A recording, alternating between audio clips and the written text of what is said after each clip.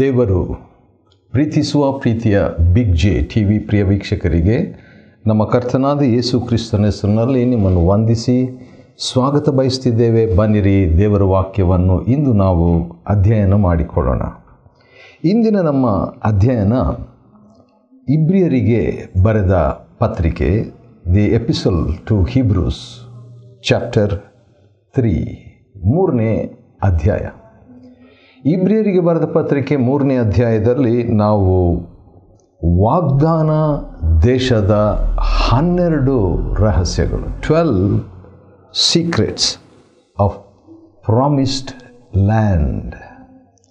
ವಾಗ್ದಾನ ದೇಶ ಇಸ್ರಾಯೇಲರಿಗೆ ದೇವರು ವಾಗ್ದಾನ ಮಾಡಿದರು. ಆದರೆ ಆ ವಾಗ್ದಾನದ ದೇಶವನ್ನು ಅನುಭವಿಸುವುದಕ್ಕೆ ಮುಂಚಿತವಾಗಿ ನಡೆದಂಥ ಕೆಲವು ಘಟನೆಗಳು ಹಳೆ ಒಡಂಬಡಿಕೆಯಲ್ಲಿ ಬರೆದಿದೆ. ಆದರೆ ಇಲ್ಲಿ ಇಬ್ರಿಯರಿಗೆ ಬರೆದ ಪತ್ರಿಕೆ 3ನೇ ಅಧ್ಯಾಯದಲ್ಲಿ ಕೆಲವನ್ನು ನಾವು ನೋಡಿಕೊಳ್ಳಬಹುದು. ಅದನ್ನು ನಾನು 12 ರಹಸ್ಯಗಳು ಎಂಬುದಾಗಿ ಹೇಳ ಬಯಸ್ತೇನೆ. ಒಂದೊಂದಾಗಿ ಇವುಗಳನ್ನು ನಾವು ನೋಡಿಕೊಳ್ಳುವಾಗ ದೇವರ ಆತ್ಮನು ತಾನೇ ನನಗೂ ನಮಗೂ ಸಹಾಯ ಮಾಡಲಿ, ತನ್ನ ವಾಕ್ಯದ ಪ್ರಕಟಣೆ ನೀಡಲಿ, ತನ್ನ ಸನ್ನಿಧಾನವನ್ನು ಒದಗಿಸಲಿ, ವಾಕ್ಯದ ಅಭಿಷೇಕವನ್ನು ಅಥವಾ ಆತ್ಮನ ಅಭಿಷೇಕವನ್ನು ಧಾರಾಳವಾಗಿ ನಮಗೆ ದಯಪಾಲಿಸಲಿ. ಇಬ್ರಿಯರಿಗೆ ಬರೆದ ಪತ್ರಿಕೆ 3ನೇ ಅಧ್ಯಾಯದಿಂದ 12 ರಹಸ್ಯಗಳು. ಯಾವುದಕ್ಕೆ? ವಾಗ್ದಾನ ದೇಶಕ್ಕೆ. 12 ಸೀಕ್ರೆಟ್ಸ್ ಆಫ್ ಪ್ರಾಮಿಸ್ ಲ್ಯಾಂಡ್. ಅದರಲ್ಲಿ ಮೊದಲನೇದಾಗಿ ಕರೆಯುವಿಕೆ, ಕಾಲಿಂಗ್. ಇಬ್ರಿಯ 3:1 ನಾವು ನೋಡುವಾಗ, ಪರಿಶುದ್ಧರಾದ ಸಹೋದರರೇ, ಪರಲೋಕದ ಕರೆಯುವಿಕೆಯಲ್ಲಿ ಪಾಲುಗಾರರೇ. ಕಾಲಿಂಗ್. ನಾವು ವಾಗ್ದಾನ ದೇಶವನ್ನು ಅನುಭವಿಸಬೇಕಾದರೆ ಅಥವಾ ಸ್ವತಂತ್ರಿಸಿಕೊಳ್ಳಬೇಕಾದರೆ ಮೊಟ್ಟಮೊದಲನೇದಾಗಿ ಕರೆಯುವಿಕೆಯಲ್ಲಿ ಪಾಲುಗಾರರಾಗಿರುವುದು, ಪಾರ್ಟೇಕರ್ಸ್ ಆಫ್ ಕಾಲಿಂಗ್. ಅದನ್ನು ಸಿಂಪಲ್ಲಾಗಿ ಹೇಳಬೇಕಾದ್ರೆ ದೇವರ ಕರೆ ನಮಗಿರಬೇಕು. ದೇವರ ಕರೆ ಅಂತ ಹೇಳಿದ ಮೇಲೆ ನಾನು 2 ಮಾತು ಹೇಳಲಿಕ್ಕೆ ಇಷ್ಟಪಡ್ತೇನೆ. ಒಂದು, ಹುದುವಾದ ಕರೆ, ಜನರಲ್ ಕಾಲಿಂಗ್ ಆಫ್ ಗಾಡ್. ಆನಂತರ ಇನ್ನೊಂದು ಸ್ಪೆಸಿಫಿಕ್ ಕಾಲಿಂಗ್ ಆಫ್ ಗಾಡ್, ಪ್ರತ್ಯೇಕವಾದ ದೇವರ ಕರೆ. ನಾವು ಪರಿಶುದ್ಧರಾಗಿರುವುದು ದೇವರ ಕರೆ. ಕಷ್ಟಪಟ್ಟು ಹೊರೆ ಹೊತ್ತವರೇ ನೀವೆಲ್ಲರೂ ನನ್ನ ಬಳಿಗೆ ಬಂದರೆ ನಾನು ವಿಶ್ರಾಂತಿ ಕೊಡ್ತೀನಿ ಅನ್ನುವಂಥದ್ದು ಹುದುವಾದ ಕರೆ, ಮತ್ತಾಯ 11:28. ಆದರೆ ಅದೇ ಸಂದರ್ಭದಲ್ಲಿ ಅಪೊಸ್ತಲರಾಗಿರಲಿಕ್ಕೆ ಕರೆ ಅಥವಾ ಪ್ರವಾದಿಯಾಗಿರುವುದಕ್ಕೆ ಕರೆ, ಸುವಾರ್ತಿಕರಾಗಿರುವಂಥದ್ದಕ್ಕೆ ಕರೆ. ಆ ರೀತಿಯಾಗಿ ಕರೆಗಳು ಇರುವಂಥದ್ದನ್ನು ನಾವು ನೋಡಬೇಕು. ಆದುದರಿಂದ ನಾವು ವಾಗ್ದಾನ ದೇಶಕ್ಕೆ ಸೇರಬೇಕಾದ್ರೆ 12 ರಹಸ್ಯಗಳಲ್ಲಿ ಮೊದಲನೇ ರಹಸ್ಯ ಕರೆಯುವಿಕೆ, ಕಾಲಿಂಗ್. ಅಂದ ಹಾಗೆ ಈ ವಾಗ್ದಾನ ದೇಶ ಅಂದರೆ ಏನಂತ 1-2 ಮಾತು ನಾನು ಹೇಳಬೇಕಾಗ್ತದೆ. ಅನಂತರ ನಾವು 2ನೇ ಅಂಶಕ್ಕೆ ಹೊರಟು ಹೋಗೋಣ. ಹಳೆ ಒಡಂಬಡಿಕೆಯಲ್ಲಿ ವಾಗ್ದಾನ ದೇಶ ಅನ್ನುವಂಥದ್ದು ದೇವರು ತಾನೇ ವಾಗ್ದಾನ ಮಾಡಿದ ಅನುಭವ. ಅದು ಅಕ್ಷರಿಕವಾದಂಥ ಒಂದು ದೇಶವಾಗಿತ್ತು ಮತ್ತು ಅದು ಇಹಲೋಕಕ್ಕೆ ಸಂಬಂಧಪಟ್ಟಂಥ ಒಂದು ದೇಶವಾಗಿತ್ತು. ಹಾಲು ಜೇನು ಹರಿಯುವಂಥ ಒಂದು ದೇಶವಾಗಿತ್ತು. ಆದರೆ ಹೊಸ ಒಡಂಬಡಿಕೆಯಲ್ಲಿ ಆ ವಾಗ್ದಾನದ ದೇಶ ಏನಾಗಿರಬೇಕು ಅಂತ ಹೇಳ್ಬಿಟ್ಟು ನೋಡುವಾಗ ಅದು ಕಾನಾನ್ ದೇಶ ಅಲ್ಲ ಅದು. ಆದರೆ ಅಬ್ರಹಾಮನ ಆಶೀರ್ವಾದವೇ ಈ ವಾಗ್ದಾನದ ದೇಶ. ಇಲ್ಲಿ ಆತ್ಮಿಕವಾದದ್ದು ಅಬ್ರಹಾಮನಿಗೆ ದೇವರು ನೀಡಿದ ಆ ಒಂದು 7 ವಾಗ್ದಾನಗಳಲ್ಲಿ ಇದ್ದಂಥ ಅಡಕವಾದಂಥದ್ದು ಈ ಕಾನಾನ್ ದೇಶ ಅಥವಾ ವಾಗ್ದಾನ ದೇಶ. ಸರಿ, ಆ ಮಾತನ್ನು ಹೇಳಿಬಿಟ್ಟು ಈಗ 2ನೇ ಅಂಶಕ್ಕೆ ನಾವು ಹೋಗೋಣ. ಅದಕ್ಕಿಂತ ಮುಂಚಿತವಾಗಿ ಒಂದು ಮಾತು ನಾನು ಹೇಳಬೇಕು. ಅದೇನಂತ ಹೇಳಿದರೆ, ಇಂದು ನಾವು ಏನು ಅಧ್ಯಯನ ಮಾಡಿಕೊಳ್ತಿದ್ದೇವೆ ಅಂಥೇಳಿ ನೋಡೋದಾದರೆ, ಇಬ್ರಿಯರಿಗೆ ಬರೆದ ಪತ್ರಿಕೆ 3ನೇ ಅಧ್ಯಾಯದಿಂದ ವಾಗ್ದಾನ ದೇಶದ 12 ರಹಸ್ಯಗಳನ್ನು ನಾವು ನೋಡಿಕೊಳ್ತಾ ಇದ್ದೀವಿ. ಅದರಲ್ಲಿ ಮೊದಲನೇ ರಹಸ್ಯ ಕರೆಯುವಿಕೆ, ಕಾಲಿಂಗ್. ಎರಡನೇದಾಗಿ ಫೋಕಸ್, ಕೇಂದ್ರಿತ, ಕೇಂದ್ರ ಬಿಂದು ಅಂತ ಕೂಡ ಹೇಳ್ಬೋದು. ಏನದು? ವಾಗ್ದಾನ ದೇಶಕ್ಕೆ ಏನು ಕೇಂದ್ರವಾಗಿರಬೇಕು? ಮೊದಲನೇ ವಚನ, ಇಬ್ರಿಯರಿಗೆ ಬರೆದ ಪತ್ರಿಕೆ 3ನೇ ಅಧ್ಯಾಯದ 1ನೇ ವಚನದ 2ನೇ ಭಾಗದಲ್ಲಿ, ಅಪೊಸ್ತಲನೂ ಪ್ರಧಾನ ಯಾಜಕನೂ ಆಗಿರುವ ಯೇಸುವನ್ನೇ ಆಲೋಚಿಸಿರಿ. Consider Jesus. ಯೇಸುವನ್ನೇ ಆಲೋಚಿಸುವಂಥದ್ದು ನಮ್ಮ ಫೋಕಸ್, ನಮ್ಮ ಕೇಂದ್ರ.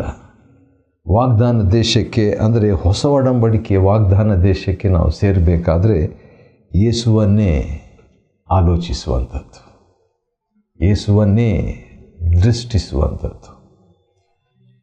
ಇಬ್ರಿಯ 12ನೇ ಅಧ್ಯಾಯಕ್ಕೆ ಬಂದಾಗ ಇನ್ನೂ ಕೂಡ ಸ್ವಲ್ಪ ಹೆಚ್ಚಾಗಿ ಸವಿಸ್ತಾರವಾಗಿ ಈ ಯೇಸುವನ್ನು ದೃಷ್ಟಿಸುವ ವಿಷಯದಲ್ಲಿ ಹೇಳಲಾಗಿದೆ. ಆದರೆ ಸದ್ಯಕ್ಕೆ ಈ ಅಂಶ ನಮಗೆ ಧ್ಯಾನಕ್ಕಾಗಿ ಸಾಕಂತ ನನಗೆ ಅನಿಸ್ತದೆ. ನಾವು ವಾಗ್ದಾನ ದೇಶಕ್ಕೆ, ಅಂದರೆ ಹೊಸ ಒಡಂಬಡಿಕೆಯ ವಾಗ್ದಾನ ದೇಶಕ್ಕೆ 12 ರಹಸ್ಯಗಳನ್ನು ನೋಡಿಕೊಳ್ತಾ ಇದ್ದೀವಿ. ಅದರಲ್ಲಿ 2 ಈಗ ನಾವು ನೋಡಿದ್ದು ಆಯಿತು. ಒಂದು ಕರೆಯುವಿಕೆ, ಇನ್ನೊಂದು ಯೇಸುವನ್ನೇ ಕೇಂದ್ರಿಸುವಂಥದ್ದು. ಇನ್ನೂ 10 ರಹಸ್ಯಗಳಿವೆ. ಅವುಗಳನ್ನು ಒಂದೊಂದಾಗಿ ನೋಡಿಕೊಳ್ಳೋಣ. 3ನೇದಾಗಿ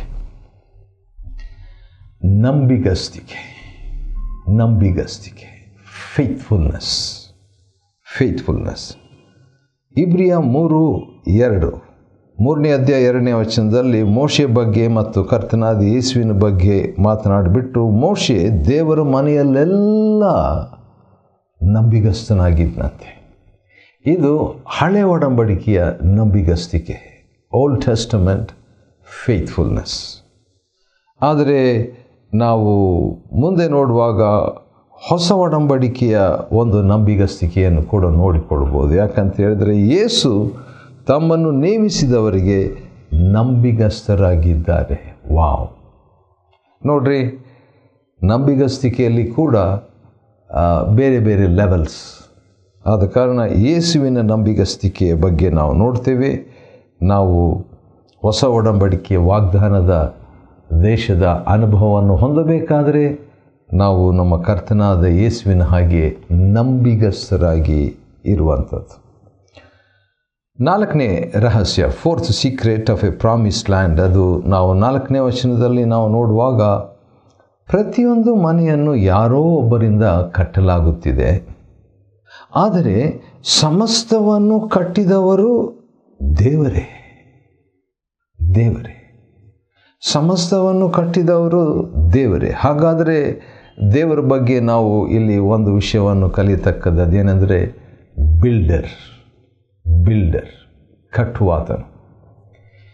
ಈ 12 ರಹಸ್ಯಗಳು ನಾವು ಒಂದೊಂದಾಗಿ ನೋಡ್ಕೊಳ್ತಿದ್ದೀವಲ್ಲ, ವಾಗ್ದಾನ ದೇಶಕ್ಕೆ 12 ರಹಸ್ಯಗಳು. ಅದರಲ್ಲಿ ಕೆಲವು ನಮ್ಮ ಪಾರ್ಟ್ ಇದೆ, ನಾವು ಮಾಡುವಂಥದ್ದು. ಕೆಲವು ದೇವರ ಪಾರ್ಟ್ ಇರ್ತದೆ, ಅದು ಆಟೋಮೆಟಿಕ್ ಆಗಿ ಸ್ವಯಂ ನಿಯಂತ್ರಿತವಾಗಿ ಬರುವಂಥದ್ದು. ನಮ್ಮ ಪಾರ್ಟ್ ನಾವು ಮಾಡಬೇಕು, ದೇವರ ಪಾರ್ಟ್ ದೇವರು ಮಾಡ್ತಾರೆ. ನಮ್ಮ ಪಾರ್ಟ್ ನಾವು ಮಾಡುವಾಗ ಅದು ನಮ್ಮ ಪ್ರತಿಕ್ರಿಯೆ. ದೇವರ ಪಾರ್ಟ್ ದೇವರು ಮಾಡುವಾಗ ಆತನ ಒಂದು ದಯೆ, ಆತನ ಕೃಪೆ, ಅದನ್ನು ನಾವು ನಂಬತಕ್ಕದ್ದು. ಆಗ ಅದರ ಪೂರ್ಣತೆಯನ್ನು ಹೊಂದಿಕೊಳ್ತೇವೆ. ಇಲ್ಲಿ ಬಿಲ್ಡರ್ ಅಂತ ಹೇಳ್ಬಿಟ್ಟು ಸಮಸ್ತವನ್ನು ಕಟ್ಟಿದವರು ದೇವರೇ ಅಂತ ಹೇಳಿದಾಗ ದೇವರ ಕಟ್ಟುವಿಕೆಗೆ ನಾವು ಒಳಪಡಬೇಕು. ಆತನ ಕಟ್ಟುವ ಆತನು ನಿರ್ಮಾಪಕನು ಆತನು ಅಂತ ಕೂಡ ಹೇಳ್ಬೋದು. ಸೃಷ್ಟಿಕರ್ತನು, ಉಂಟು ಮಾಡುವ ಆತನು, ಕಟ್ಟುವ ಆತನಾಗಿರುವುದರಿಂದ ಅದು ಕೂಡ ಒಂದು ರಹಸ್ಯವಾಗಿ ನಾವು ಎಣಿಸಿ ವಿಶ್ವಾಸವಿಡತಕ್ಕದ್ದು. ಐದನೇದಾಗಿ ನಾವು ನೋಡುವಾಗ 6ನೇ ವಚನದಲ್ಲಿ, ಇಬ್ರಿಯ 3:6ರಲ್ಲಿ ಒಂದು ಆಶ್ಚರ್ಯದ ಮಾತನ್ನು ನಾವು ನೋಡ್ಬೋದು. ಕ್ರಿಸ್ತನಾದರೂ ದೇವರ ಮಗನಾಗಿ, ಎಂಥದ್ದು? ದೇವರ ಮಗನಾಗಿ ತಮ್ಮ ಸ್ವಂತ ಮನೆಯ ಮೇಲೆ ಅಧಿಕಾರಿಯಾಗಿದ್ದಾರೆ. ವಾವ್!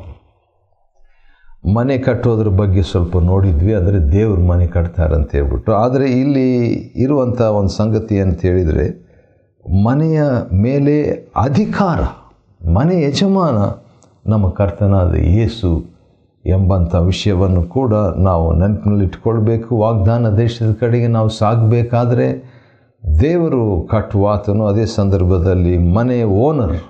ಯಾವ ರೀತಿಯಾಗಿ ತಂದೆ ಮಕ್ಕಳಿಗೆ ಜವಾಬ್ದಾರಿಕೆ ಕೊಡ್ತಾರಲ್ವಾ, ನೀನು ಓನರ್ ಆಗಿ ನೀನು ಆಳಿಕೆ ಮಾಡು, ನೀನು ನಿಯಂತ್ರಿಸು, ನೀನು ಆಡಳಿತ ಮಾಡಂತ, ಆ ರೀತಿಯಾಗಿ ತಂದೆ ದೇವರು ಈ ಮನೆಯ ಒಂದು ಜವಾಬ್ದಾರಿಕೆಯನ್ನು ನಮ್ಮ ಕರ್ತನಾದ ಯೇಸು ಕ್ರಿಸ್ತನಿಗೆ ಒಪ್ಪಿಸಿಕೊಟ್ಟಿರಲಾಗಿ ಆತನೇ ಮನೆಯ ಮೇಲೆ ಅಧಿಕಾರಿ. Is the house owner. ಇದುವರೆಗೆ ನಾವು 5 ರಹಸ್ಯಗಳನ್ನು ನೋಡಿಕೊಂಡಿದ್ವಿ. ಅಂದರೆ ಹೊಸ ಒಡಂಬಡಿಕೆ ವಾಗ್ದಾನ ದೇಶಕ್ಕೆ ನಾವು ಅನುಭವಿಸಬೇಕಾದ್ರೆ 5 ರಹಸ್ಯಗಳನ್ನು ನಾವು ನೋಡಿದ್ವಿ. ಈಗ 6ನೇ ರಹಸ್ಯ ಭಾಳ ಆಶ್ಚರ್ಯವಾದದ್ದು. ಏನಂತ ನಾವು ನೋಡಿಕೊಳ್ಳೋಣ ಬನ್ನಿರಿ. ಅದೇ 6ನೇ ವಚನದಲ್ಲಿ 2ನೇ ಭಾಗ ಈ ರೀತಿಯಾಗಿದೆ: ನಾವು ನಮ್ಮ ಧೈರ್ಯವನ್ನು, ನಾವು ಹೊಗಳಿಕೊಳ್ಳುವ ನಿರೀಕ್ಷೆಯನ್ನು ಕಡೆಯ ತನಕ ದೃಢವಾಗಿ ಹಿಡಿದುಕೊಂಡಿದ್ದರೆ, ಕಡೆಯವರೆಗೆ ದೃಢವಾಗಿ ಹಿಡಿದುಕೊಂಡಿದ್ದರೆ ನಾವೇ ದೇವರ ಮನೆಯಾಗಿರ್ತೇವೆ. ವಾವ್! ಇದೆಂಥ ಮಾತು, ಎಂಥ ಒಂದು ಆಶ್ಚರ್ಯ, ಎಂಥ ಒಂದು ಪ್ರಕಟಣೆ ನೋಡ್ರಿ. ಇಬ್ರಿಯ 3:6 ಮನೆ ಕಟ್ಟುವುದರ ಬಗ್ಗೆ, ಮನೆಯಲ್ಲೆಲ್ಲ ಮೋಶೆ ನಂಬಿಗಸ್ತನಂತ 2ನೇ ವಚನದಿಂದ ಪ್ರಾರಂಭವಾಗಿ ಇಬ್ರಿಯ 3:2 ಅನಂತರ ಮನೆ ಕಟ್ಟುವಂಥ ದೇವರ ಬಗ್ಗೆ ಮಾತಾಡಿಬಿಟ್ಟು, ಅನಂತರ ಮನೆಯ ಯಜಮಾನ ಕ್ರಿಸ್ತನಂತ ಹೇಳಿಬಿಟ್ಟು, ಅನಂತರ ನಾವೇ ಆ ಮನೆ ಎಂಬುದಾಗಿ ಹೇಳಲಾಗಿದೆ. ಮತ್ತು 7ನೇದಾಗಿ ನಾವು ನೋಡುವಾಗ ದೇವರ ಸ್ವರವನ್ನು ಕೇಳಿಸಿಕೊಳ್ಳುವುದು. 7th hearing the voice of god. ದೇವರ ಸ್ವರವನ್ನು ಕೇಳಿಸಿಕೊಳ್ಳುವಂಥದ್ರ ಬಗ್ಗೆ ಪವಿತ್ರ ಆತ್ಮನ ಹೇಳುವ ಪ್ರಕಾರ ಈ ಹೊತ್ತು ದೇವರ ಸ್ವರಕ್ಕೆ ಕಿವಿಗೊಟ್ಟರೆ, ದೇವರ ಸ್ವರ ನಾವು ಕೇಳಿಸಿಕೊಳ್ಳುವಾಗ ವಾಗ್ದಾನ ದೇಶಕ್ಕೆ ಸೇರ್ತೇವೆ. 8ನೇದಾಗಿ, ಇದು ಕೂಡ ಭಾಳ ಪ್ರಾಮುಖ್ಯ, ದೇವರ ಸ್ವರವನ್ನು ಕೇಳಿಕೊಳ್ಳುವಾಗ ಹೃದಯಗಳನ್ನು ಕಠಿಣ ಮಾಡಿಕೊಳ್ಳಬಾರದು. ಒಂದು ವೇಳೆ ದೇವರ ಸ್ವರವನ್ನು ಕೇಳಿಸಿಕೊಂಡ ಮೇಲೆ ಕೂಡ ನಾನು ಹೃದಯವನ್ನು ಕಠಿಣ ಮಾಡಿಕೊಳ್ಳಲಿಕ್ಕೆ ಸಾಧ್ಯವೋ? ಸಾಧ್ಯ. ಆದ ಕಾರಣ ಎಚ್ಚರಿಕೆಯನ್ನು ವಹಿಸ್ತಕ್ಕದ್ದು. 9ನೇದಾಗಿ 10ನೇ ವಚನದಲ್ಲಿ 3:10 ಇಬ್ರಿಯ ದೇವರ ಮಾರ್ಗಗಳನ್ನು ತಿಳಿದುಕೊಳ್ಳುವುದು. ಹಳೆ ಒಡಂಬಡಿಕೆಯ ದೇವಜನರು ತಿಳಿದುಕೊಳ್ಳಲಿಲ್ಲ. ಅವರ ಜೀವನದಿಂದ ನಾವು ಕಲಿತಕ್ಕದ್ದು, ಅವರ ಹಾಗೆ ನಾವು ಇರಬಾರ್ದು. ನಾವು ದೇವರ ಮಾರ್ಗಗಳನ್ನು ತಿಳಿದುಕೊಳ್ಳಬೇಕು. ಮೋಶೆ ಕೀರ್ತನೆ 103 7ನೇ ವಚನದಲ್ಲಿ ದೇವರ ಮಾರ್ಗವನ್ನು ತಿಳಿದ ಹಾಗೆ, ದೇವರು ಅವನಿಗೆ ಪ್ರಕಟಿಸಿದ ಹಾಗೆ ನಾವು ಕೂಡ ಸಾಗತಕ್ಕದ್ದು.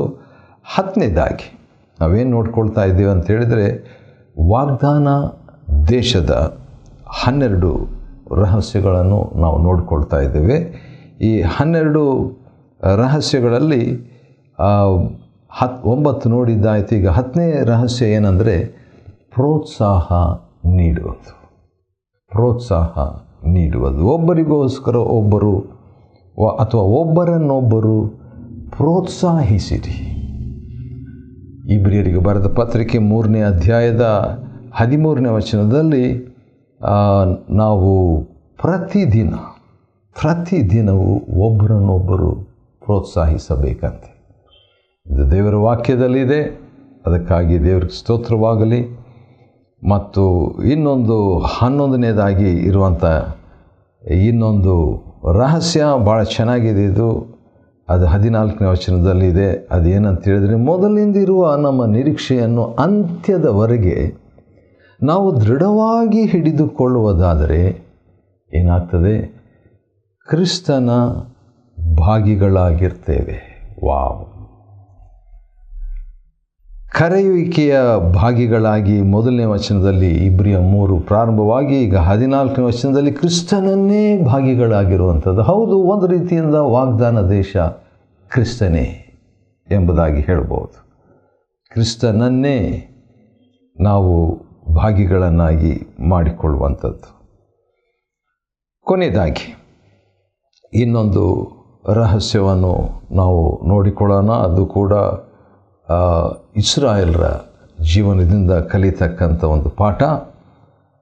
ಅವರು ಯಾಕೆ ಕಾನಾನ್ ದೇಶಕ್ಕೆ ಅಥವಾ ವಾಗ್ದಾನ ದೇಶಕ್ಕೆ ಸೇರಲಿಲ್ಲ ಎಂಬುದಕ್ಕೆ ಒಂದು ಕಾರಣ ಕೊಡಲಾಗಿದೆ. ಯಾಕೆ ಅವರು ಸೇರಲಿಲ್ಲ ಎಂಬುದಾಗಿ 19ನೇ ವಚನದಲ್ಲಿ, ಇಬ್ರಿಯ 3:19 ಅವರು ಸೇರಲಾರದೆ ಹೋದದ್ದು ಅವರ ಅಪನಂಬಿಕೆಯಿಂದಲೇ. ನೋಡ್ರಿ, ಅವರು ವಿಶ್ವಾಸಿಗಳಾಗಿದ್ದರು, ಆದರೆ ಅಪನಂಬಿಕೆ ಇದ್ದ ವಿಶ್ವಾಸಿಗಳಾಗಿದ್ದರು. ಆ ರೀತಿಯಾಗಿ ನಾನಿರಲಿಕ್ಕೆ ಸಾಧ್ಯ, ನಾವು ಇರೋದಕ್ಕೆ ಸಾಧ್ಯ. ಆದುದರಿಂದ ನಾವು ಏನು ಮಾಡಬೇಕು? ನಾವು ವಿಶ್ವಾಸವನ್ನು ಉಪಯೋಗಿಸ್ತಕ್ಕದ್ದು. ಇದರ ಬಗ್ಗೆ ಹೆಚ್ಚಾಗಿ 11ನೇ ಅಧ್ಯಾಯಕ್ಕೆ ಬಂದಾಗ ನಾವು ನೋಡಿಕೊಳ್ಳೋಣ.